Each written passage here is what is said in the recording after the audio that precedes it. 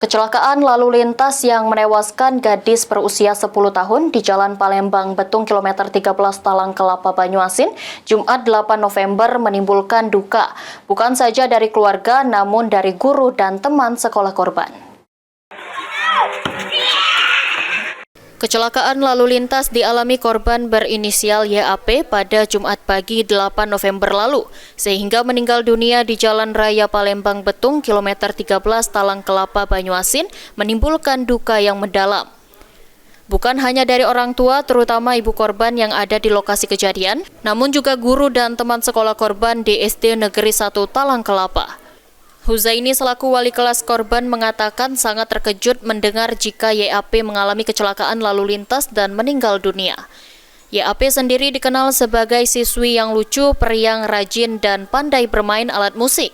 Sehingga atas kejadian ini pihak sekolah SD Negeri 1 Talang Kelapa sangat merasa kehilangan. Kejadiannya hari Jumat.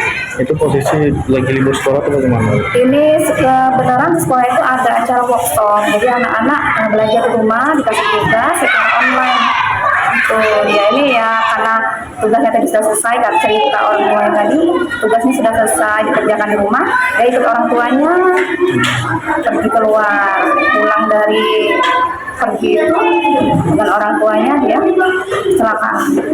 Untuk keseharian dia di sekolah bagaimana? Di kelas? Ananda Yuri ini sehari-harinya alhamdulillah anaknya sangat periang, lucu, rajin, sekolahnya rajin, PR-nya juga, tugasnya selalu dikerjakan. Untuk di pelajaran, terutama pelajaran di seni musiknya, sudah pernah kolaborasi dengan saya di kelas, saya bernyanyi.